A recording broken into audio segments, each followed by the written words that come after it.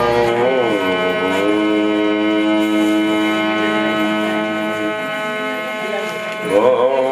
श्री गणेश शारदा गुरुभ्यो नमः।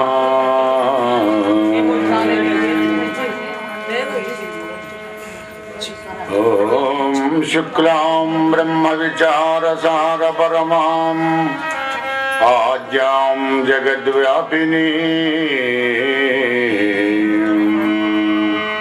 वीणा पुस्तकधारिणीं अभयदां जाड्यन्धकारापहां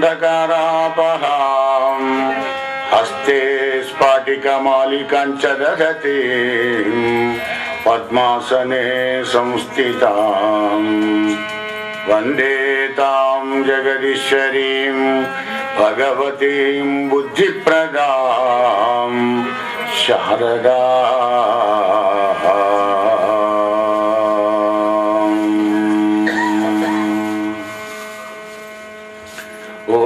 अखण्डमण्डलाकारं व्याप्तं येन चराचरं तत्पदं दर्शितं येन तस्मै श्रीगुरवे नमः।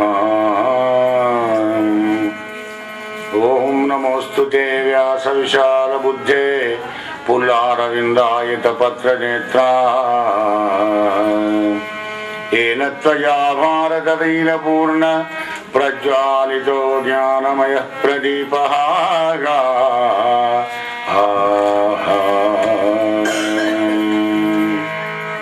रामं विश्वमयं वन्दे रामं वन्दे रघुद्वगं रामं विप्रवरं वन्दे रामं श्यामग्रजं भजे। यस्वागं सुतच्यूतं रम्यं रामायणामृतं शैलजासेवितं वन्दे तं शिवं सोमरूपिणम् सच्चिदानन्दसन्दोहं भक्तिमूर्तिविभूषणं पूर्णानन्दमहं वन्दे सद्गुरुं शङ्करं स्वयम्।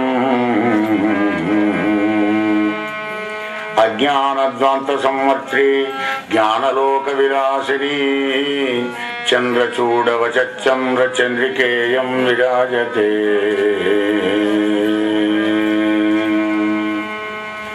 ॐ अप्रमेयत्रयातीतनिर्मलज्ञानमूर्तये मनोगिरां विदूराय दक्षिणामूर्तये नमः।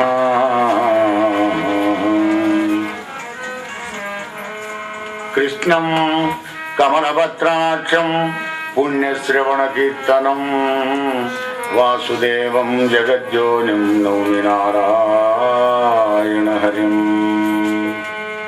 ॐ नारायणं नमस्कृत्य नरं चैव नरोत्तमं देवीं सरस्वतीं व्यासं ततो जयमुदीरयेत्। हरि ओम श्री गणेश शारदा गुरुभ्यो नमः। श्रीराम जय जय राम। భాగవత భక్త బంధువులారా, కోదండరాముని కోమల చరణాలకు కూడా నమస్కారపిస్తూ గురుదేవుల పాదపద్మాలు ఆశ్రయించి పుణ్య దంపతులైన లక్ష్మీకాంతం వినోద గారి యొక్క ప్రేరణ, కారణం, కార్యం అంతా లక్ష్మీకాంతుడే. లక్ష్మీకాంతుని ప్రాంగణంలో లక్ష్మీవారి నాడే ప్రారంభమై లక్ష్మీవారి నాడే ముగింపు. మనస్సుంటే మార్గం ఉంటుంది. రేపు శుక్రవారం, ప్రారంభం కూడా శుక్రవారమే, లక్ష్మీవారం. ఎందుకు? తాను లక్ష్మీకాంతుడు కనుక. భాగవత సప్తాహం దశమ స్కందం కృష్ణ కథతోని అయిపోయింది. కలియుగం కదా ఇది. అలసులు, మందబుద్ధియుతులు, అల్పతరాయువులు, ఉగ్రరోగ సంకలితులు, మందమాగ్యులు, సుకర్మములు ఏవి చేయజాలని కలియుగముందు అని వ్యాసభగవానుడు 6:30 పూటలు రాకున్నా కానీ కనీసం ఈ పూట వచ్చిన వాళ్ళకు కూడా భాగవత ప్రసాద వితరణ చేయడం కరుణామయుడైన ఆ పరమాత్మ యొక్క సుహృదం. మన మీద, జీవకోటి మీద అంతమైన దయ. ఎందుకంటే తన అంశ ఈ జీవుడు కనుక దయతో అందించినటువంటి భాగవత ప్రసాద వితరణ శ్రద్ధగా గిట్ట ఉయ్యారంగా కర్ణేంద్రియాల్లోంచి గిట్ట ఇప్పుడు ఈ కథను ముగింపును వింటే మీరు భాగవతం సప్తాహం మొత్తం నిన్న ఫలం వస్తుంది. అది వ్యాసభగవానుడు మనకు అందించిన ఫలం. భాగవత ఉపసంహారం అన్నమాట, ముగింపు. ఉత్తరం రాష్ట్రం మనకు కావాల్సిన వాళ్ళకి హైదరాబాద్కు 24వ తారీఖు మ్యారేజ్ ఉంది కనుక ఆయన ఇగో ఈ వస్తువులను పట్టుకొని వీళ్ళందరికీ చెప్పి శుభపత్రికలన్నీ పంచిపెట్టి కావాల్సిన కార్యాలయం అన్నీ చేసి మేత ఇలాంటి రాశావు. ఉన్నది లేనివి లెటర్ నిన్నానని ఎన్నో నింపావు. కానీ అందులో ముఖ్యమైన వాటిని చివరికి మళ్ళొకసారి ఉటంకిస్తావన్నమాట. దివి మాత్రం తప్పకుండా తీసుకురా నాయన ఐఎన్పి ఇంపార్టెంట్ అన్నమాట. అవి అదే ఇప్పుడు జరుగుతుంది. భాగవత ప్రసాద వితరణ, భాగవత ఉపసంహారంలో కూడా శ్రద్ధగా విని ఆ భగవంతుడి కృపకు మీరంతా పాత్రలు కావాలని అవుతారని ఆశిస్తూ ఆశీర్వదిస్తూ రాజా రామచంద్ర భగవానికి నమ. పార్వతీపతే హర మహాదేవ హర. జయ జగదంబా మహారాజ్ఞికి జయ. నిఖిల పురాణ వ్యాఖ్యాన గిరీశమంత్రైన సుతుడు శౌనకాదులకు చెబుతున్నాడు. పరీక్షిత్ మహారాజుకు సుఖదేవుడు అన్నాడు, హే రాజా సావధానంగా వినవయ్యా, రామ అవతరించు అంటాడు పోతన్నా. శ్రీ సీతాపతి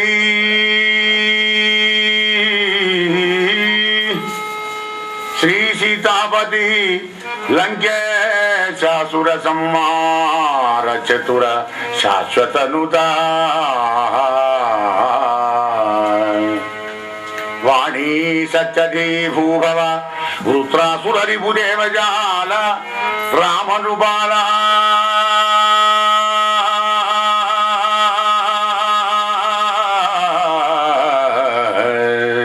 రామనుబాల అవతరించు ప్రభో. రామా వినుమని చెప్తున్నారు పోతన్న గారు.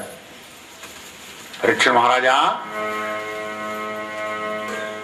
అయ్యా జన్మ కర్మ వ్యాధి విమోచనమునకు కారణమైన దివ్యౌషధంబుగా ఉన్న శ్రీమన్నారాయణ కథామృతాన్ని గ్రోలవయ్యా అని చెబుతున్నారు సుఖదేవుల వారు. దేనికి ఔషధం?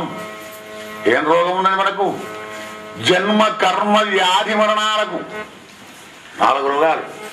పుట్టుడు దుఃఖమే, ముసల్తనం దుఃఖమే, వ్యాధులు రోగాలు దుఃఖమే, మరణం దుఃఖమే.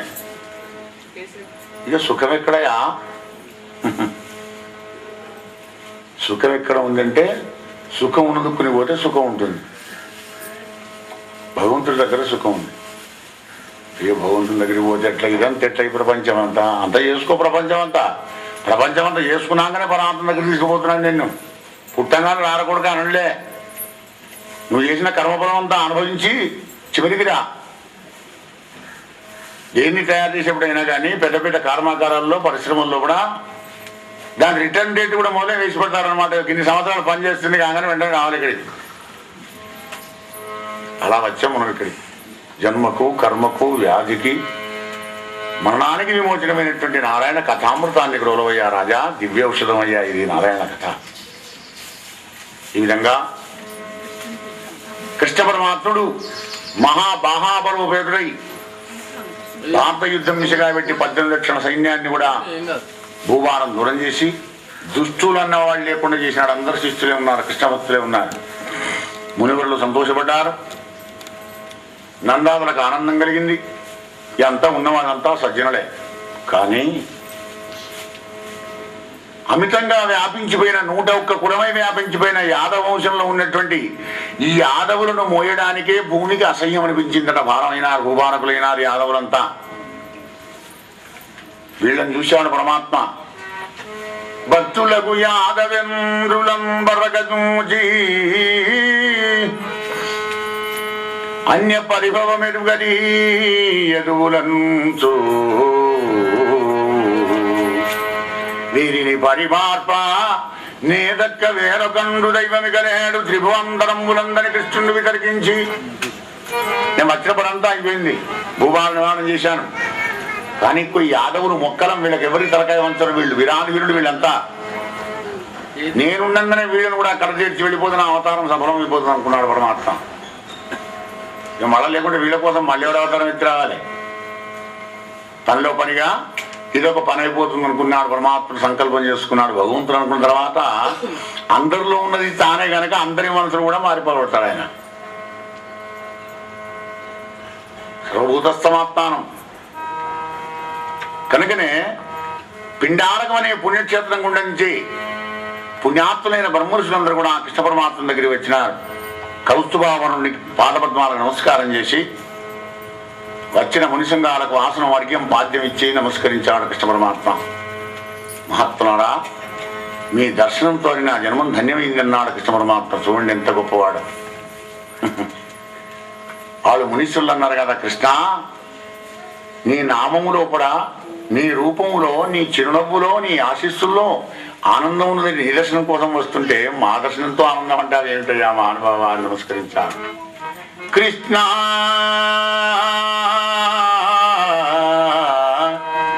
కృష్ణ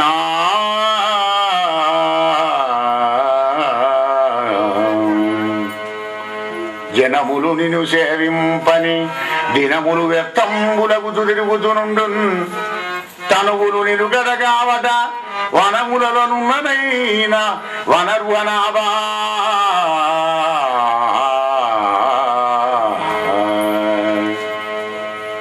జనాలు ఈ జీవకోటి నేను సేవించిన దినాలు వ్యర్థంగా వెళ్ళిపోతుంటాయి. ఈ జీవితంలో ఏదన్నా దైవాన్ని గురించి ధర్మాన్ని గురించి చేసిన పని చిరస్థాయిగా ఉంటుంది, కానీ మిగిలినవన్నీ కూడా అడ్రస్ లేకుండా వెళ్ళిపోయేటివే. ఎందుకంటే తనువులు నిలకడ కావట. నువ్వు వనములో ఉన్నా, దేవాలయంలో ఉన్నా, ఎక్కడ ఉన్నా కానీ ఇది అశాశ్వతమైన శరీరాన్ని పట్టుకొని ఈ జీవులంతా వెళ్ళాడుతుంటారు. శ్రీనాయక హే లక్ష్మీపతి, లక్ష్మీదేవి భర్త కదా పరమాత్మ. హే శ్రీనాయక నీ నామము నానా భవరోగ దుఃఖనాశమునకు విన్నానంబగు ఔషధము. ఇదిగానరు దుష్టాత్ములు అకట కంజదరక్ష.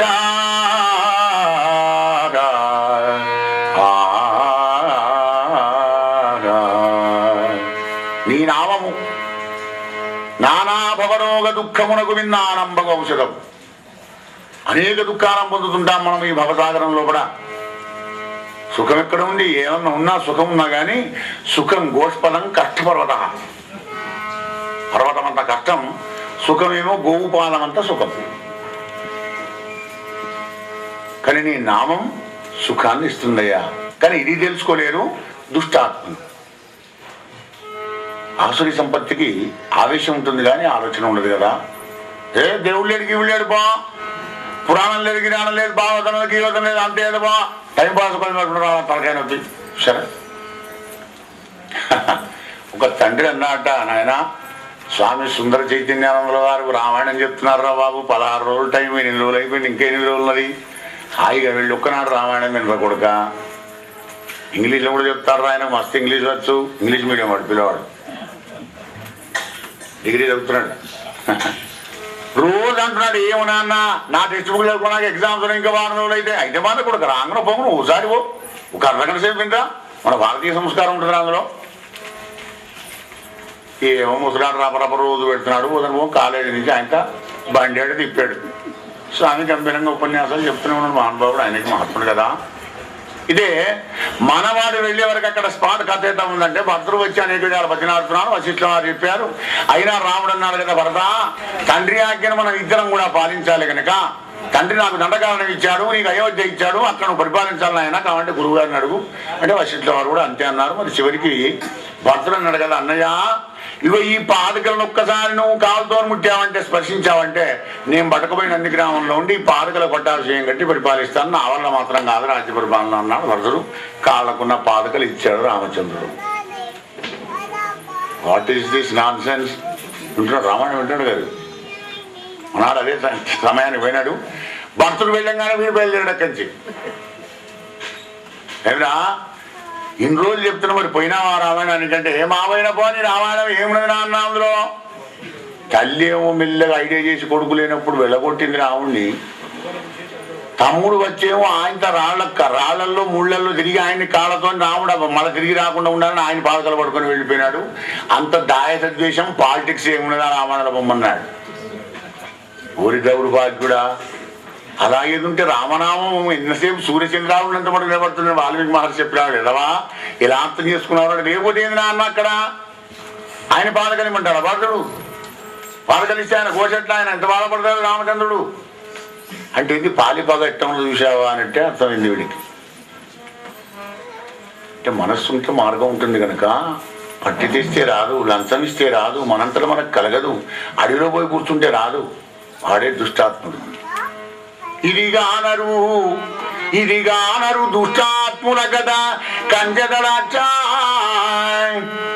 చచ్చర పుట్టునే పరులు చెప్పిననైనా నిజెచ్చనైనా ఏమిచ్చిననైనా కానలకేగిననైనా హరిప్రబోధములు తండ్రి రాళ్ళాలు అంటాడు. అంత తొందరగా పుడుతుందా భగవంతుని మీద? కానీ ఆ నామమే చాలా గొప్పది. రామ్ రామ్ రామ్ రామ్ రామ్ అంటుంటే నీకు తెలియకుండానే ఒక విధమైన ఆరోగ్యకరమైన ఆనందప్రదమైనటువంటి ఒక స్పందన నీలో కలుగుతుంది. దాన్ని ఇంగ్లీష్లో వైబ్రేషన్ అంటారు. నేను కూడా నేర్చుకుంటున్నాను. ఈ భాగవతం చెప్పినప్పుడు ఇంగ్లీష్ నేర్చుకోకపోతే నా బతికెక్కడు. ఏం చెప్తాడు అయ్యారు ఏదో ఇప్పుడు నిన్నదా తాతలు మా గారి కథలు చెప్తాడు అన్నది కాకుండా నాకు రాకున్నా కానీ ఇంగ్లీష్ కొద్దిగా నేర్చుకోవాల్సి వస్తుంది అనమాట. అంటే హృదయ స్పందన జరుగుతుంది లోపల ఆ రామనామంతో. ఇన్ని కొన్నాళ్ళు 10-12 ఏళ్ల క్రితం ఈ బీపీ అని పోగానే వాడికి ఆయిల్ పుల్లింగ్ సీసా ఇచ్చేది. పొద్దునట్లు లేగానే ఈ ఆయిల్ని పుక్కిట్లో పట్టుకొని ఇట్టిట్టే పుల్లింగ్ చేయవయా అని. అది పోయింది. ఇప్పుడు కొత్తగా వచ్చింది మెడిటేషన్, జీన్స్ పోకడం, ఎక్కడికో పోకడం, ఎక్సర్సైజ్ చేయడం కనబడుతుంది కదా ఎంత మనకు. కానీ ఇది ఎలా ఉంది అంటే భూమిని విడిచి సాము చేసినట్టుగా నడుస్తుంది. భక్తి లేకపోతే ఎందుకే నిన్న విన్నాను కదా వాగుతున్న సుబ్బారావు గారు చెప్పిన ఆ పద్యంలో కూడా భగవంతుని మీద భక్తి రామా నీ మీద తావక భక్తి అభావమైన సకలాగంబుల పఠనంబులేలా అడవి రోదనముగాక. అరణ్య రోదనే నీకు ఎన్ని వేదాలు వస్తే ఎన్ని శాస్త్రాలు వస్తే ఉన్నది, ఎంత కంప్యూటర్ అయితే ఉన్నది, ఎంత ఎక్సర్సైజ్ చేస్తే ఉన్నది. శిలలంజేసిన బ్రహ్మ తన్నుతుడమే జీవంబునో చెల్లరే బండలు చేసేసి అనుకున్నా బ్రహ్మని ఇక్కడ కాదు. అంత యోగం ఒకటే. రామనామమే యోగం, కృష్ణనామమే యోగం, శివనామమే యోగం. అందుకే అన్నారు మునీశ్వరుడు శ్రీనాయక నీ నామము నానా భవరోగ దుఃఖ నాశమునకు విన్నానంబవు ఔషధము. రోజు సహస్రనామాలు ఆ భగవంతుని ప్రీతిపూర్వకంగా రామచంద్రుని కోదండరాము నిలబెట్టేట్టుగా భావించుకొని నువ్వు రామనామాన్ని స్మరించు, జపించు. నీ శరీరం ఎట్లా ఉంటుందో చూడు. నువ్వు ఎన్ని ఎక్సర్సైజ్ చేసినా కానీ దీని ఎందుకు రాదంతా. అదే అన్నారు మునీశ్వరుడు అని కృష్ణుని దగ్గర సెలవు తీసుకొని బయలుదేరి వస్తున్నారు ఈ మహత్తులు బ్రహ్మర్షులు. ఈ లోపల ఈ యాదవులందరూ కూడా జాంబోతి కొడుకైన సాంబుడికి ఆడవేషం వేశారు. 10 మాసాల నిండా గర్భవతిలాగా చిరమిచ్చిర గట్టి. అవి అదే విపరీత కర్మ. కృష్ణ పరమాత్మ యొక్క సమాలోచన అనమాట అది. ఈ మునీంద్ర ముందర చెప్పారు అయ్యా ఈ గర్భవతికి 6 పిల్ల పుడతాడో ఒక పిల్లవాడు పుడతాడో చెప్పండి. బాగా చూశారు. నాయన ఆడది పుట్టడు మగవాడు పుట్టడు పో మీ యాదవ వంశమునాశనం అయ్యే మొదలం పుట్టకుంటారా. మన పూర్వపురుషులు ఎంత గొప్పవాళ్ళు చూశారా. లేని దాన్ని సృష్టించి పెడుతున్నారు అక్కడ. వాళ్ళు వేళాకోళం చేయడానికి అడిగితే వీళ్ళు నిజంగానే చెప్పినారు అన్నమాట అని వెళ్ళిపోయినారు. ఆ చీరలు తీసే వరకు మీటర్ పొడుగుతో ఇంత తొడుతో ఉక్కు మొసలం కింద పడింది టప్పున. ఆహా దాన్ని పట్టుకొని వెళ్ళారు కృష్ణ పరమాత్మ దగ్గరికి. కృష్ణ ఎంత పని చేశారా ఆయనలరా. మది జడి కన్నుగానక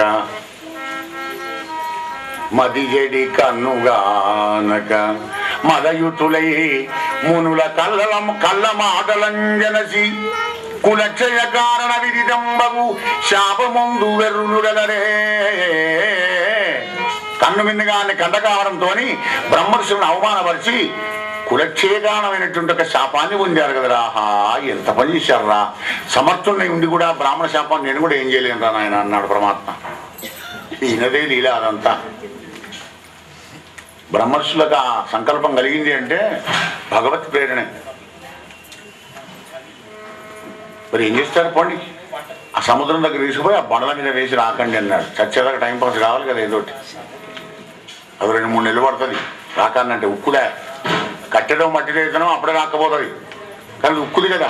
ఉక్కు మాత్రం రాకుతున్నారు. రాకంగా రాకంగా రాకంగా రాకంగా చివరికి రాకడానికి వీలుగాక సన్నగా అయింది పొడుగా. దాన్ని అలా వారేసినారు. అదో వేటకానికి దొరికింది. వాళ్ళ అమ్మల పొలో పెట్టుకున్నాడు దాన్ని. పరీక్షిత్ అంటున్నాడు, ఆయనతో భాగవతం సమాప్తం చేస్తాడేమో సుఖదేవుడని. పరీక్షిత్ మునీంద్ర అన్నాడు, మునీంద్ర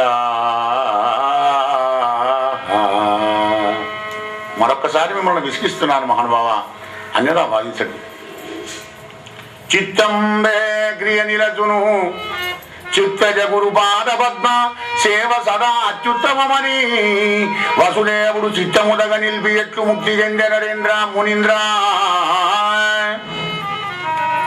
చంచలమైనటువంటి చిత్తాన్ని నిలిపి ఏకాగ్రంగా పరమపదానికి ఎలా వెళ్ళాడయ్యా వసుదేవుడు? కష్టతరం కదా ఈ చిత్తం అని మళ్ళీ మొదటికి వచ్చాడు. సుఖదేవుడు రాగానే ధారణ ఏ క్రియ నిలచును మునీంద్ర. ధారణ ఇప్పుడు చిత్తశుద్ధి, చిత్తం ఏ క్రియ నిలచును. పరీక్ష మహారాజా, నన్ను నువ్వు ఎట్లా అడిగావో పూర్వకాలంలో కూడా బదరికావనంలో నారాయణ భగవానుడు నారదుడు చెప్పిన సంగతి నేను నీకు వినిపిస్తున్నానయ్యా రాజా, విను. అతి పాప కర్ముడైనను సతతము నారాయణాఖ్య శబ్దము మదిలో వితతంబుగా పఠించిన చతురుల కొనియాడ కమల సంభవశమే.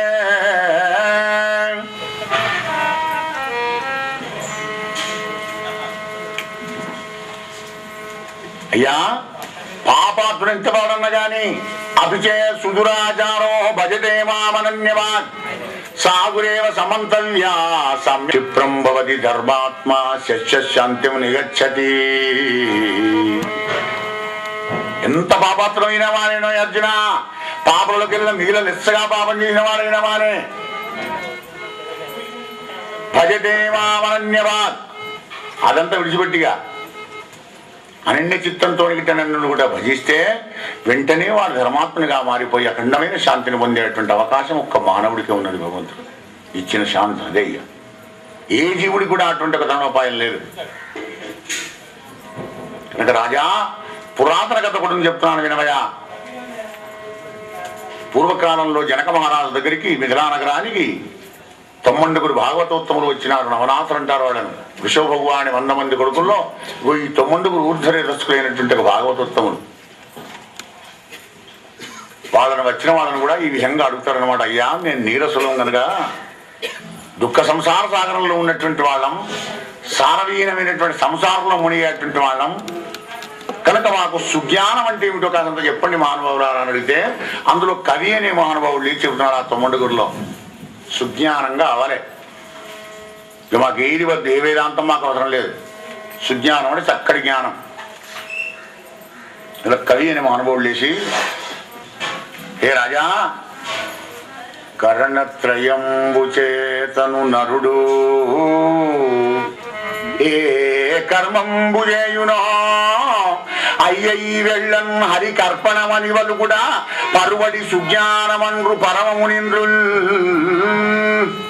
కర్ణత్రయంబు చేతను, కర్ణత్రయాలంటే ఏవి? మనస, వాచ, కర్మణ. మనస్సులో ఏదనుకున్నావో అదే మాటతో మాట్లాడు బయటికి. లేనిపోని గప్పాలు గప్పాలు కొడితే తప్పెట్ల మనసు అయిపోతుంది. నీ మనసే బాగుపడదు. ఎదుటివాడిని మోసం చేస్తున్నావు అనుకుంటావు కానీ నువ్వే పోతావు. వాడు ఏదో వినూరుకుంటాడు, సుత్తి అనుకుంటాడు, అయ్యా నాకు పనులని వెళ్ళిపోతాడు. కానీ మనకి ఇంటికి వస్తే తిరగడదు. ఏది అనుకున్నావో అదే మాట్లాడు, ఏది మాట్లాడావో అదే చెయ్యి. ఇదే సఖ్యభక్తి. నీ త్రికరణాల సఖ్యం కలిగిందంటే భగవంతుని వెంబడే ఉంటాడు సఖ్యానికి. అయ్యా ఇదే సుజ్ఞానం అన్నాడు. నీలో వచ్చే సంకల్పాలను, మాట్లాడే మాటలను, చేసే చేతలు కృష్ణార్పణం. అయ్యా ఇగో ఇది సుజ్ఞానం అయ్యా అంటే సుజ్ఞానానికి సంబంధించిన ఇతివృత్తం అంతా ప్రథమ స్కందంలో కూడా ఉంది, చదువుకోండి అని భాగవత ప్రసాదం. గోపాలకృష్ణ భగవానికి జై. ఈ కరణత్రయాలం గురించి వ్యాసదేవుడు మనస్సు అయితే శుకదేవుడు మాట, పరీక్షితు శరీరం. ఆయన భాగవతం రచించాడు, ఈయన చెప్పినాడు, ఆయన విన్నాడు. ముగ్గురు కోటే ఫలం. సుజ్ఞానం అంతా మొదటి స్కందంలో ఉంది. మరి అడుగుతున్నాను మళ్ళా ఇదే భూపాలుడు, అయ్యా భాగవత ధర్మం అంటేది ఏ ప్రకారముగా భాగవతోత్తముడు వర్ణించు, ఆ భాగవత చిహ్నంబులు చెప్పుమా. భాగవత చిహ్నాలు కావనట జనక మహారాజుకు. అందులో హరి అనే మహాత్ములే చెబుతున్నాడు. అయ్యా మహారాజా, సర్వభూతమయుండైన సరసిజాక్షుడు, సర్వభూతమయుండైన సరసిజాక్షుడు, అతడే తనయాత్మయందుండు ననడివాడు, శంఖ చక్రధరుండంచు జనడివాడు, భక్తి భావాభిరదుడు బో భాగవతుడు, భక్తి భావాభిరతుడు బో.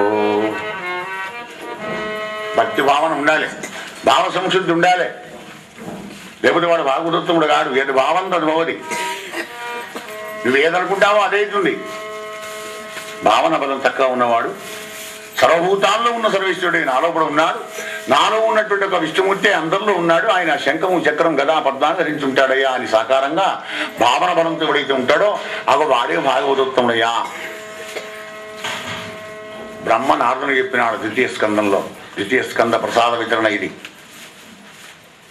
సమాధి రూపంలో ఉంది. బ్రహ్మదేవుడు భాగవతోత్తముడే, నారదుడు భాగవతోత్తముడే. శుకదేవుడు పరీక్షితుని చెప్పినాడు. శుకదేవుడు బ్రహ్మర్షి, ఈయన రాజర్షి. శూద్రుడు శవణకాది మహాలకు చెప్పినాడయ్యా ఈ విధంగా జరుగుతుందని. శూద్రుడు భాగవతోత్తముడే, శవణకాది మహారాజు కూడా భాగవతోత్తములే. మీరంతా భాగవతోత్తములు కనుకనే 2 గంటలు ఉడకపోయిన కంటే ఇక్కడ కూర్చొని వింటున్నారు. మీరు కూడా అంతే, తక్కువ అనుకోకండి. వాళ్ళందరినీ అంటున్నారు మమ్మల్ని అల్లయ్య గారు మేము వింటలేము. రోజు 4 గంటలు కష్టపడి 7 రోజులు 4-28 గంటలు వింటుంటే మనకేం లేదా అనుకోకండి. అటువంటి సంశయం వద్దు. మనకు వచ్చే ఫలం మనకు వస్తుంది, మన భావనకు తగ్గట్టుగా మనకు వస్తుంది. మనం ఎట్లాంటి శ్రవణం చేశామో అటువంటి ఒక ఫలాన్ని పరమాత్మ తప్పకుండా మనకి ఇస్తాడు. అందులో ఏమాత్రం సంశయం లేదు. రాజా రామచంద్ర భగవానికి జై. ఇగో ఈ భాగవత ధర్మాలన్నీ కూడా ద్వితీయ స్కందంలో ఉన్నవయ్యా రాజా. గజరాజ వరదు గుణములు త్రిజగద్ పావనంబులు గదా, తేటపడంగా సుజన మనోరంజకముగా వినగ నాకు వేడుక పుట్టెమునింద్రా. జనక మహారాజు చెప్తున్నాడు, అయ్యా గజరాజ వరదులైనటువంటి విష్ణుమూర్తి యొక్క గుణాలు అత్యద్భుతంగా ఉంటాయి కదా. ఆయన గుణాలు వినాలనిపిస్తుంది చెప్పబోయా. అంటే అందులో అంతరిక్షుడు అనేటువంటి మహానుభావుళ్ళు చెప్తున్నాడు. తొమ్మండుగురులో కూడా 3వ ఆయన. హే రాజా, ఆయనకు అనేక నామరూపాల గుణాలు ఉన్నవయ్యా. ఎన్ని నామాలో అన్ని గుణాలు, ఎన్ని గుణాలో అన్ని రూపాలు. పరమ బ్రహ్మమనగా పరతత్వం బనంగా, పరమ పదమనంగా ఈశ్వరుండనగా, కృష్ణుండనగా, జగద్భరిచుండనగా, నారాయణుండు సుమ్మా. ఇన్ని పేర్లు ఆయనకు, ఎన్ని నామాల్లో అన్ని గుణాలు ఉంటావయ్యా. 39 సద్గుణాలు కలిగినటువంటి ఒక పరమాత్మ. నారాయణుడు అంటారు, జగద్భరితుడు అంటారు, పరబ్రహ్మ అంటారు, పరతత్వం అంటారు, పరమపదం అంటారు. సహస్రనామాలు కాదు, అనంతనామాలు ఇంకెన్నో. మరి ఎందుకయ్యా ఒక్క నామం ఎందుకు లేదు అంటే, ఒక్క నామం ఎలా ఉంటుంది? ఇంట్లో ఉన్న యజమాన్ని, సంతానం వచ్చి నాన్న, మనవడు వచ్చి తాత, బామతి వచ్చి బావ, అల్లుడు వచ్చి మావ. ఎందుకయ్యా మరి అందరు నాన్న ఎందుకన్నారు అంటే, కుటుంబ సభ్యులకు యజమానితో ఉన్న సంబంధం బాంధవం అట్లాంటిది అన్నమాట. ఎవడు అనుభూతితో వాడు. ఏకం సత్ విప్రా బహుదా వదంతి. ఒక్క సత్యాన్ని ఆ విశేషమైన ప్రజ్ఞ కలిగినటువంటి ఒక మహానుభావులందరూ వారి వారి అనుభూతి ప్రకారంగా చెప్తుంటారు. చెప్పేది అదే సత్యం. మార్గాలు వేరు వేరు కానీ గమ్యస్థానం అంతా ఒకటేనయ్యా రాజా. ఇగో ఇన్ని పేర్లు ఉంటాయి ఆ మహానుభావుడికి. ఆయన గుణాలు ఏమని చెప్తుంటాడు. ఆయన లేకుంటే శ్వాసే ఆడదు. ఇంద్రియాలు నిరర్థకమే, పంచమహాభూతాలు నిరర్థకమే, ఈ దేహం నిరర్థకమే, మనస్సు నిరర్థకమే. ఆయనదే అంత నడుస్తుంది. సృష్టి స్థితి లయాలు చేయడానికి ఆ గజరాజవరుదులే మరి పరమ పవిత్రమైనటువంటి వాడు అని చెప్పినాడు. 3వ స్కందం లోపల సృష్టి రహస్యాలన్నీ కూడా తృతీయ స్కందం లోపల ఉన్నాయి. 3వ స్కంద భాగవత ప్రసాదం అభ్యుంది మీకు. గోపాలకృష్ణ భగవానికి జనక మహారాజు అంటాడయ్యా, జ్ఞాన విహీనమైన నరసంగముగా అనగరాని మాయంతా లోన నడంచి ఎట్లు అధిలోకము చెందుదురు అంతయుండగా భూనుత సత్యవాక్య గుణభూషణ ఇక్కత వెనుక తోడని చెప్పుమడన్నా. అయ్యా, జ్ఞానం లేని అజ్ఞానులు, మూర్ఖులు మాయా మాయ అంటుంటారే, ఈ మాయని ఎలా దాటగలుగుతారయ్యా మాకు చెప్పాలన్నాడు. అంటే అందులో ప్రబుద్ధుడు అనే మహానుభావుడు లేచి చెబుతూ ఉన్నాడు. హే రాజా, సూర్యోదయ అస్తమయంబుల ప్రతిదినం వాయువు క్షయమునందా దేహ కళత్రమిత్ర భ్రాతృ మమత్వ రాజభద్ర విడివడు పాయంబు గానక సంసారాంతకాల మగ్నుడై ఉండేటువంటి వాళ్ళ సహవాసం మొదటిగా పరిహరించాలి అన్నాడు. ఉద్యోగుడు తెల్లారడు, చేసిందే చేసుడు, చూసిందే చూసుడు, మేసిందే మేసుడు, రాసిందే రాసుడు, వేసిందే వేసుడు, కొత్తదేం లేదుగా. అవి అట్లాంటి వాటితో సహవాసం చేయకు. మరి ఎవరు చేయాలన్నాయా? హరిదాసుల మిత్రత్వము, హరిదాసుల మిత్రత్వము మురదిపు కథలెన్ము కొనుచు మోదము తోడన్ హర్షాస్త్ర పులకితుండై పురుషుడు హరిమాయం గెలుచు భూపవరిణ్యా.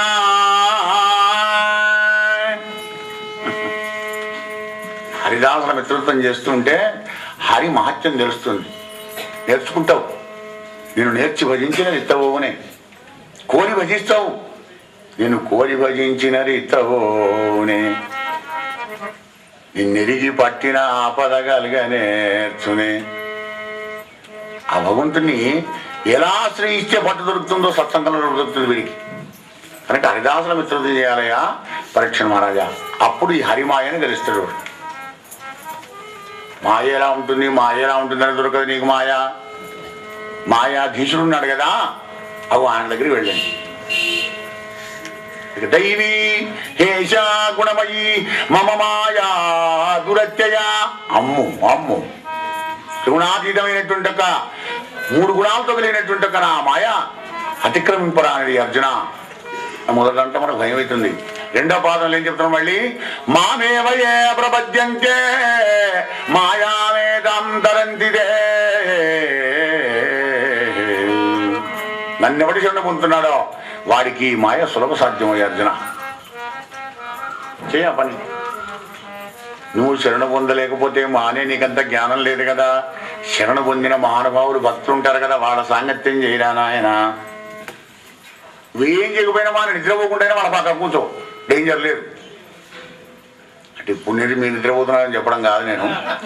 రాజా రామచంద్ర భగవానికి అయ్యా, ఆ విధంగా ఉన్నటువంటి వాడికి, హరిదాసుల మిత్రత్వం చేసినటువంటి వాడికి మాయను గెలిచేటువంటి ఒక శక్తి కలుగుతుందయా అనగానే జనక మహారాజు అంటాడు, మహానుభావులారా, సకల లోకనాయకుండైన నారాయణుండద పరిగిన ఆ పరమాత్ముడు ఈ దేశాంధ్రంలో ఏ విధంగా ఉంటాడో తెలపాలయ్యా మహానుభావా. ఈ మాయను గురించిన అవనిక అంతా కూడా 4వ స్కందంలో కూడా ఉంది. 4వ స్కందంలో కూడా చక్కగా వివరించినాడు. దాని యొక్క ప్రసార వితరణ జరిగింది. మళ్ళా జనక మహారాజు అడుగుతున్నాడయ్యా, ఆ భగవంతుడు సకలలోకనాయకుడైన ఆ పరమాత్ముని ప్రభావం ఈ దేహంలో కూడా ఎలా ఉంటుందో చెప్పాలి. రాజా, జగన్నాథుని యొక్క చరిత్రను చెప్తున్నాను విను. దశదుద్భవ స్థితి లయ కారణంబై దేహేంద్రియాదులందిరంబుగాగనుకునెప్పుడు పరంజ్యోతి స్వరూపంబు జ్వాలగలన్నందు జని పగిరింద్రియంబును ఆత్తన్నదేవు సుమ్మా. అగ్ని పైన మండేటువంటి ఒక్క అగ్ని కొసలు మూలాగ్నిని ఎలా తెలుసుకోలేస్తావయ్యా? ఆ భగవంతుని దేహం కానీ, ఈ ఇంద్రియాలు కానీ, మనస్సు కానీ, చిత్తం కానీ ఏది తెలుసుకోలేదు. వీటన్నిటికంటే అతీతమైన వాడే ఆ పరమాత్మ. మహదాదులు 24 తత్వాలు కలిసి అండం అయ్యి భగవంతుడు ప్రవేశించిన తర్వాత అండం పిండంగా మారి పిండం బ్రహ్మాండం అయిపోయిందయ్యా. వీటన్నిటికీ పెక్కైనదే పరమాత్మ. క్షేత్రజ్ఞ విభాగం చేసిన వాడికి ఆ పరమాత్మ ప్రభావం తెలుస్తుందయ్యా అన్నాడు. నైతి నైతి నైతి ఇది కాదు ఇది కాదు ఇది కాదు అని అన్ని తీసి పారేస్తుంటే మిగిలేది ఏది ఉన్నదో అదే పరమాత్మ. దీనికి సంబంధించినంతా 5వ స్కందంలో ఇచ్చినాడయ్యా. స్థూలంగా సూక్ష్ముడు ఆయనే, స్థూలుడు ఆయనే.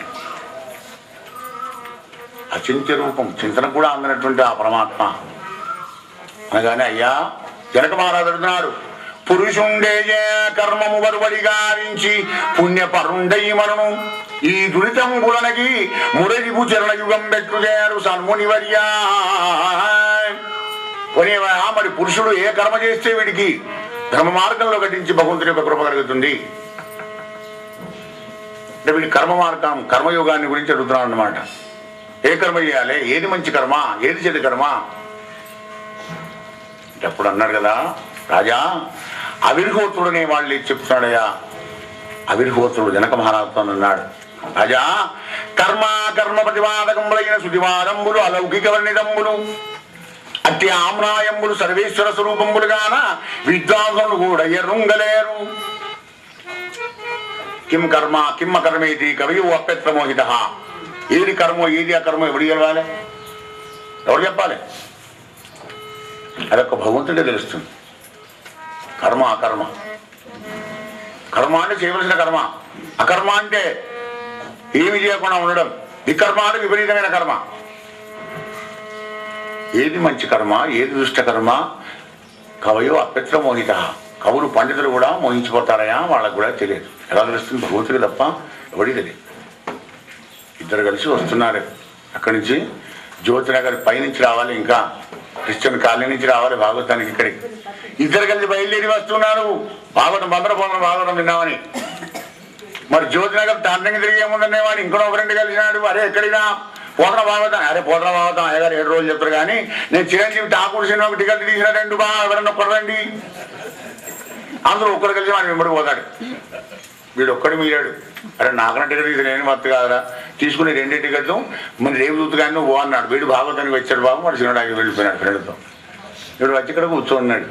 వాడు సినిమా దగ్గర కూర్చున్న టికెట్ తీసుకొని వాడు అనుకుంటున్నాడు కదా, ఆహా ఈ పాటికి మా వాడు పోతన భాగవత పద్యాలు వింటున్నాడో లేక నిద్రపోతున్నాడో అక్కడ ఏం చేస్తున్నాడో కానీ మొత్తానికి భాగవతం ఎదిగిపోయినాడయ్యా అని సినిమాకి వాడు అనుకుంటున్నాడు. వీడేమనుకుంటాడు, నేను కూడా అదే పోనుంటే నా ఇద్దరు ఫ్రెండ్లు అక్కడనే ఉన్నారు కదా, చిరంజీవి సినిమా చూస్తున్నావు, డిష్యం బాగానే ఉంటుంది. అది కర్మ వీడిదా వాడిదా? వీడు భాగవతం దగ్గరనే ఉన్నాడు కానీ వీడి మనసంతా సినిమా దగ్గరనే ఉంది. వాడు సినిమా దగ్గర ఉన్నాడు కానీ భాగవతం దగ్గర ఉన్నది వాడి మనసంతా. కిం కర్మ కిమ్మ కర్మేది కవయో అప్యత్రమోహిత. ఏది కర్మ ఏది అకర్మ చెప్పడానికి విద్వాంసులు కూడా చెప్పలేరయ్యా పరీక్ష మహారాజా. కనుక ఏది కర్మ ఏది అకర్మ అనుకుంటూ కూర్చున్న దానికంటే విధిచోదిత మార్గం లోపల ఈ యొక్క జీవుడు హరిని పూజించాలయ్యా రాజా. అట్టి పూజా ప్రకారం పెట్టినా పవిత్ర గాత్రుడై జనార్దన సన్నిధిలో పురచిత్తుడై కూర్చొని విద్యుత్ ప్రకారంగా చక్రధరుని ధ్యానించి గంధ పుష్పధూప నైవేద్యాలు సమర్పించి సాష్టాంగ దండ ప్రణామాలు ఆచరించి భక్తి భావనావిశేషంతో ఆ వైకుంఠం యొక్క కృపకు పాత్రుడు కావచ్చునయ్యా. నమస్కార ప్రియుడు పరమాత్ముడు కనుక అవు ఆ భగవంతుని యొక్క కృప పాత్రుడు కావాలంటే ఇవన్నీ ఏం అవసరం లేదు. ఎక్కడ బుర్ర దొక్కా, నీకు ఎక్కడ దొరికా అని యాడికి వస్తుందా? ఎక్కడ దొరికితే వెళ్తాయి. తొక్కగానే ఆదుకుంటే అక్కడ చూస్తే తొక్కగానే పోదు, చూడకనే దొక్కినవి. ఎక్కడ దొక్కితే ఉన్నది? అరే ఇలాగే విచారం చేసుకుంటే 5 నిమిషాల కంటే ఆలోచన చేస్తే అది కడిగేందుకు ఇంకో చెంబడి నీళ్ళు ఎక్కువగానే. ఎక్కడ దొక్కితే గంగలో పోయి దొక్కే కదా వెంటనే కడుక్కో. కనుక భగవంతుడు నమస్కార ప్రియుడు కనుక సాష్టాంగ దండప్రామం చేసి షోడశోపచార పూజ చేసి పవిత్ర గాత్రుడు వెళితాడో వాళ్ళని సత్కర్మనయ్యా, అదే కర్మ. కానీ జనక మహారాజు అడుగుతున్నాడు, అయ్యా మరి నారాయణమూర్తి కర్మ ఎలా ఉంటుందో ఒకసారి చెప్పు. భగవంతుడు కదా, ఆయన కర్మను వింటానన్నాడు. అందులో ద్రమీరుడు అనేటువంటి వాడు చెప్తున్నాడు, ధర్మునికి మూర్తికి పుట్టినటువంటి నరనారాయణుడు ఘోరమైన తపస్సు చేస్తున్నారు బదరికావనంలో కూడా. ఆ తపస్సు చేసేదాన్ని విఘ్నం చేయడం కోసమని దేవేంద్రుడు అందమైనటువంటి అప్సరసను పంపించినాడు. రంభను, మేనకను ఇట్లాంటి అందమైన వాళ్ళందరినీ పంపించినాడు. వాళ్ళు వచ్చి నాట్యం చేస్తున్నారు. నరుడు కళ్ళెదిరిలేట, కళ్ళు తెరిస్తే తపోభంగం అవుతుందని భయపడి. కానీ నారాయణమూర్తి మాత్రం రాజా మదనుని బాణజాలమున మగ్నత పొందక ధైర్యవంతుడై మురితలవాడి చూపులకు మోగమునందక నిశ్చలాత్ముడై ఉదయమునందు నచ్చుతుం రమేశుం అనంతుం జగన్నివాసుని వదలక భక్తి నిల్పుకొని వారికి ఇట్లనే మౌని పెంపునా మదనుని బాణజాలమున మగ్నత వందక ధైర్యవంతుడై. మనమందరూ వేసే పులబాణాలకు ఏం చెల్లించకుండా ధైర్యంతో నిశ్చలాత్ముడై భగవంతుడిని ఓంకారం స్మరించుకుంటూ ఆ పరమాత్ముని గురించి అలాగే ఉండి ధైర్యంగా అన్నాడు. ఎవరు జంబారు పంపించాడు మిమ్మల్ని, దేవేంద్రుడు పంపించాడు కదా, చేయండి, నాట్యం చేయండి. అలా నాట్యం చేస్తుంటే తన ఊరుమును జరిచి ఊర్వశినే అందమైన అమ్మాయిని సృష్టించి దాని వెంబడి అనేక మంది అప్సరసులను కూడా సృష్టించి తలకాయ వంచుకుని వీళ్ళు వెళ్ళిపోయినారయ్యా. ఇగో ఇది నారాయణమూర్తి కర్మ. ఎవరు చేస్తారయ్యా రాజా? నారాయణకు నారాయణుడే సాటి. ఆయన కర్మను ఎవడు చేయగలుగుతాడు? అద్వితీయుడు, అసదృశుడు పరమాత్మ. సీతమ్మ రామచంద్రుడు యజ్ఞం చేస్తున్నప్పుడు దీక్ష సమర్థరామదాసు చెప్తుంటే విష్ణుదాసుడు శిష్యుడు అడుగుతాడు, గురుదేవా యజ్ఞ దీక్షితుండైన రఘురాముడేల ఏకశయ్య పైన సీతమ్మ తదలిసే నియమంబున గిరిభంగంబుగా గురుదేవా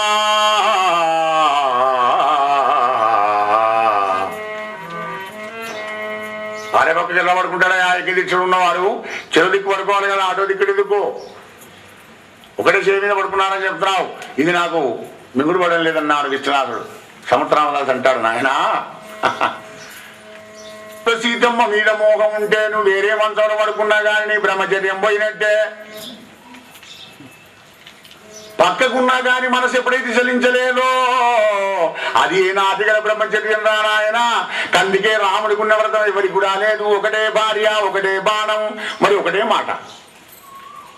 ఏకపత్నీవతుడు రామచంద్రుని విషయంలో సంశయించకురా శిష్య. అది రాముడిది, రాముడికే నడుస్తుంది, ఇంకెవరికి నడవదు.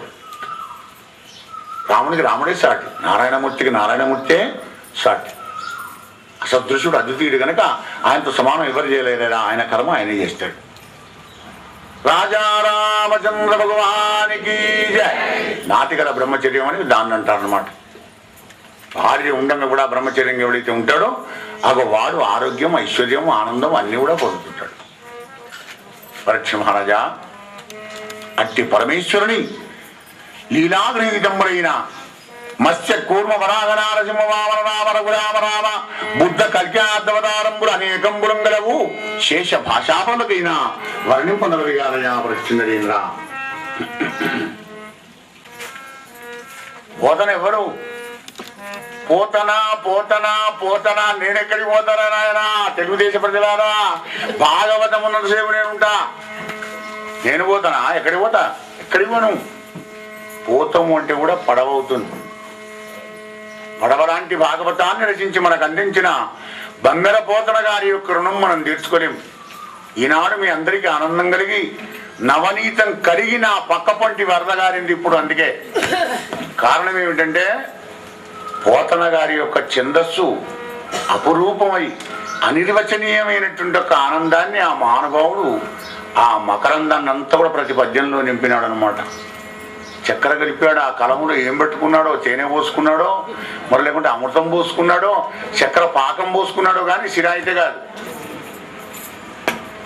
అందుకే అది విన్న వాళ్ళందరికీ ఆనందం కలుగుతుంది. అన్న నాకెటువంటి ఆనందం కలిగిందో విన్నటువంటి మీకు కూడా ఆనందం కలిగింది. నవనీతరావు గారు ఇప్పుడు వచ్చి మీకు చెప్పినారే, ఆయనకు అసలు మైక్ పని లేదు. పొరపాటు నేను మైక్ ఇచ్చా కానీ మైక్ దగ్గర నేను చెబితే మీకు ఎంత ఆనందం కలుగుతుందో మైక్ లేకుండా ఆయన చెప్తే మీకు అంత స్పష్టంగా వినొస్తుంది. అంటే చక్కటి గాత్రం, ఆ భగవంతుడు ఇచ్చినటువంటి ఒక గొంతది. అందరికీ ఆ భగవంతుడు ఇవ్వాలి. అందరి లోపల కూడా ఆయనే ఉన్నాడు కనుక తనను తానే పొగుడుకున్నాడు. తనకు ఆనందం కలిగింది. రాముడిని రాముడే పొగుడుకున్నాడు. రాముడి కథ రాముడే రాసినాడు. పోతన నెపకం చేసుకొని పద్యపూర్తికి రామభద్ర చేయి గంటమ్ము పట్టించినడు యోగి వాపనయ్య పోతన కనుక ఆ పోతన కింద పోస్ట్ మ్యాన్గా నన్ను ఇలా ఉండనియండి. ఇటువంటి యొక్క స్తోత్రాలు స్థవాలతోనే కర్ణ కృష్ణమూర్తి కాదయా, నల్లని కృష్ణమూర్తి చెప్పాడా. నల్లనయ్య ఆయన కథానందమే, ఆయన రూపమానందమే, ఆయన గానమానందమే. ఆయన రూపం మొత్తం కూడా మొత్తం శరీరంలో ఉన్నటువంటి ఆ పార్ట్స్ నిమిలిపించే ఆనందమే. ఇలా ఆనందానికి నిలయమైనటువంటి ఒక మధురాధిపతి యొక్క కథ కనుకనే మీ అందరికీ ఆనందాన్ని కలిగించింది. అక్కడ నాదేం లేదు, నేను నిమిత్త మాత్రం అంతే. నన్ను ఊతగా చేసుకొని మీ అందరినీ ఆనంద పెట్టడానికి ఆ పరమాత్మ ఆ విధంగా చేశాడని సవినయంగా మీకు మనవి చేస్తూ, మీరు విని ఆనందపడి ఎప్పుడూ ఆనంద డోలికల్లో విహరించాలి అనేటువంటి ఒక కోరిక మాత్రం నాకు ఎక్కడ నేను చెప్పినా ఇదే మాట చెప్తాను. మొన్న ఆసిఫాబాద్లో కూడా ఇట్లాగే చెప్పాను. అమ్మా మీరు భజన చెప్తే అనకపోవడం మాత్రం నాకు బాధ అయింది. వాళ్ళు భజన నేను ప్రారంభం చేయగానే తలకాయలు అనుకునే వాళ్ళు ఎక్కడ జైల్లో తీసుకుపోయి పారేస్తారు నన్ను అన్నట్టుగానే ఉన్నారు పాపం అందరు. అంటే వాళ్ళ సిగ్గు అంటే ఒక్కొక్క ప్రాంతంలో ఒక విధంగా ఉంటుంది పాపం. నేను ప్రారంభం చేయగానే ఆనందంగా ఆగినారు, ఏడిచారు, నవ్విచ్చాను, ఏడిపించాను, కానీ భజన చేయించలేకపోయినాను. అది ఎవరు చేయించాలి? అది భగవంతుడు ఇవ్వాలి. వాళ్ళకి ఆ భజన మీద మక్కువ లేదేమో. మరి ఈసారి వచ్చే మరొక సప్తాహానికి వచ్చినప్పుడైనా కానీ మీతో తప్పకుండా భజన చేయిస్తానన్నాను. వాళ్ళకి ఆ భగవంతుడు అట్లాంటి యొక్క మనోధైర్యాన్ని కూడా ప్రసాదించాలని కోరుతూ రాజా రామచంద్ర భగవానికి జై. అప్పుడు పరీక్షిత్ మహారాజుకు వసుదేవుడు చిత్తాన్ని ఎలా గెలిచాడో నవనాథులైన భాగవతోత్తముల గురించి చెబుతున్న భాగవత ఉపసంహార కథ. అయ్యా ఈ విధంగా ప్రవర్తిల్లిన శ్రీమన్నారాయణమూర్తి కథా వివంబులు అనంతములుగా ఉన్నాయి. మనోవాక్కాకరములతో హరిపూజన చేయక విపరీత గతిలో తిరిగేటువంటి వాళ్లకు ఎట్లాంటి ఫలం వస్తుందని అడిగాడు జనక మహారాజు. యథార్థం ఒకటి ఉంటే వీడి స్వార్థంతో వాడికి తెలిసింది కొంచెం డామినేట్ చేసడం బాగా. విపరీత జ్ఞానం, దాన్ని ఇంగ్లీష్లో too much intelligent is non sense అంటారు. అతి తెలివి అది ఎక్కడ తీసుకుపోతాడంటే చివరికి ఏమి జ్ఞాని వ్యర్థన కిందగా తయారవుతుంది అనమాట. అట్లాంటి వాడికి ఏం ఫలం కలుగుతుంది? మిడిమిడి జ్ఞానం గల వాడికి ఏం ఫలితం కలుగుతుంది? విపరీత జ్ఞానం ఉన్నవాడికి అని అడుగుతున్నాడు. దానికి మహానుభావుడు అందులో తొమ్మడుగురులో చమసుడు అనే మహానుభావుడు చెబుతున్నాడు. యా భగవంతుల్లోంచే నలుగురు పుట్టినారు. వేదాలు, బ్రాహ్మణోత్తములు, క్షత్రియులు, వైశ్యులు, శూద్రులని 4 పేర్లు పెట్టినప్పటికీ కూడా ఆ భగవంతుని యొక్క అవయవాల్లోంచి జన్మించిన వాళ్లే కనుక అందులో తక్కువ ఎక్కువలు ఎవరు లేరయ్యా. కానీ కలియుగంలో మాత్రం స్త్రీలు అని పాదాల్లో పుట్టినటువంటి ఒక వాళ్లే భక్తులు అవుతారా, భగవంతుని ఆరాధన చేస్తుంటారయ్యా అనే నగ్న సత్యాన్ని చెప్పక తప్పలేదా మహానుభావుడికి. వేదశాస్త్ర పురాణ విఖ్యాతులై విప్రులు కర్మకర్తలై గర్వమెసగి హరిభక్తి పరులను హాస్యంబు చేయుచు నిరయంబునందుట నిజముగాదే.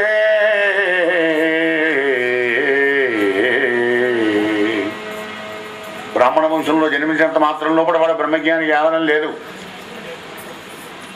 శూద్రుడు తక్కువ కాదు, బ్రాహ్మడు ఎక్కువ కాదు. ఎవడి పని వాడు చేయాలంతే. వాడిలో ముఖం మాట్లాడుతుంది, చేతులు పనిచేస్తుంటాయి, కాళ్ళు నడుస్తూ ఉంటాయి, అన్నం అరిగించుకుంటుంది కడుపు, రుచులు తెలుసుకుంటుంది నాలిక. బాడీలో ఏ పని ఆ పని చేయాలి. కానీ అది తక్కువ ఇది ఎక్కువ అంటే ఎలా కలుస్తుంది? అన్నీ ఉంటేనే నడుస్తుంది. కానీ దౌర్భాగ్యకరమైనటువంటి స్వార్థ బుద్ధితోని ఈనాడు నువ్వు ఎక్కువ వాడు తక్కువ, నీకు ఎక్కువ ఇస్తాను నీకు తక్కువ ఇస్తాను అనేటువంటి చేసి హిందూ ధర్మానికి మచ్చ తెచ్చే ప్రమాదకరమైన పరిస్థితి రానున్నదని మీకు హెచ్చరిక చేస్తున్నది భాగవతం. అలా వద్దు. గ్రహించుకోవడానికి కరుణామయుడైన పరమాత్మ మనల్ని సృష్టించలేదు. అందరం కలిసి ఉండి ఆ భగవంతు కృపతోనే అందరం కూడా ఆనందంగా ఉంటే సశ్యామలంగా భారతీయ జాతి గర్వించదగేటువంటి పౌరులుగా మన పిల్లలను కూడా తీర్చిదిద్దవచ్చు అని చెప్తుంది భాగవతం.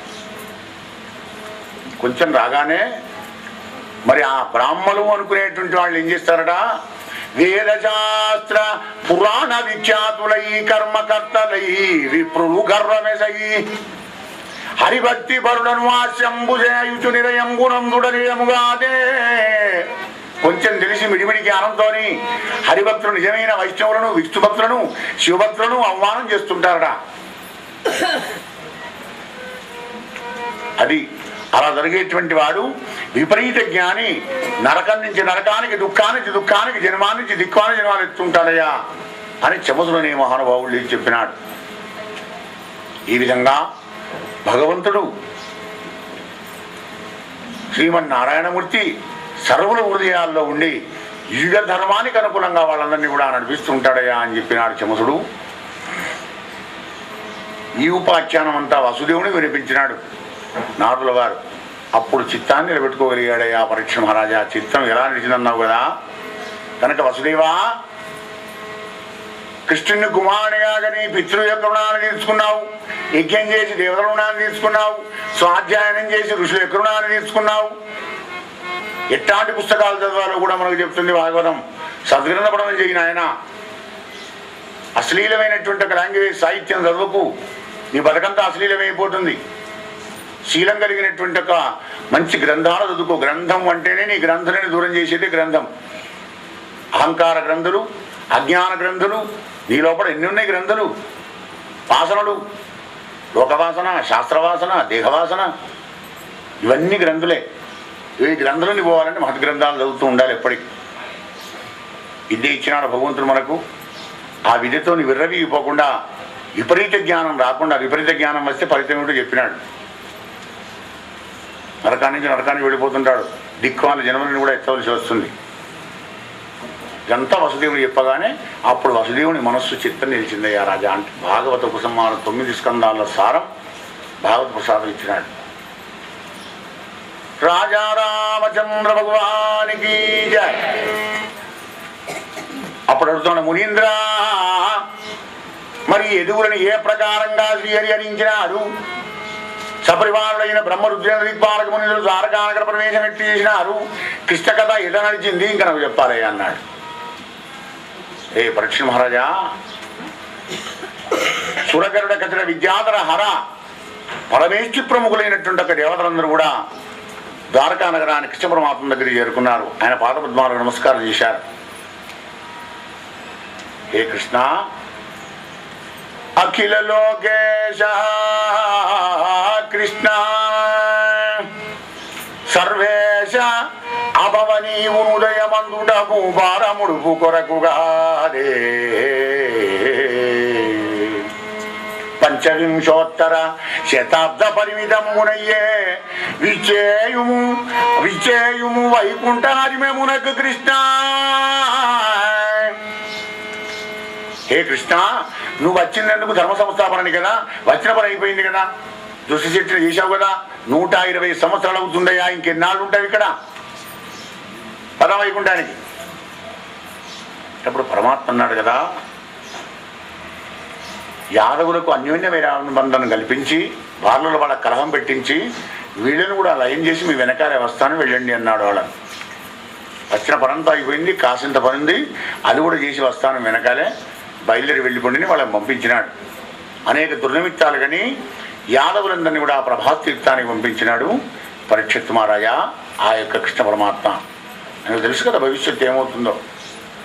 అందరూ ప్రభాస్ తీర్థానికి వెళ్ళారు. అదే సమయంలో ఉద్ధవుడు వచ్చినాడు. కృష్ణ కృష్ణ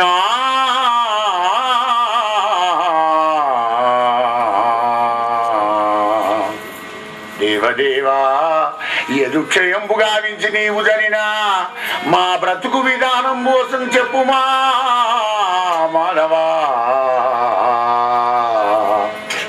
నీ సహచరణమై గడిపిన మా జీవితం నువ్వు వెళ్ళిన తర్వాత మేము ఎలా ఉంటామయ్యా ఈ భూమి మీద?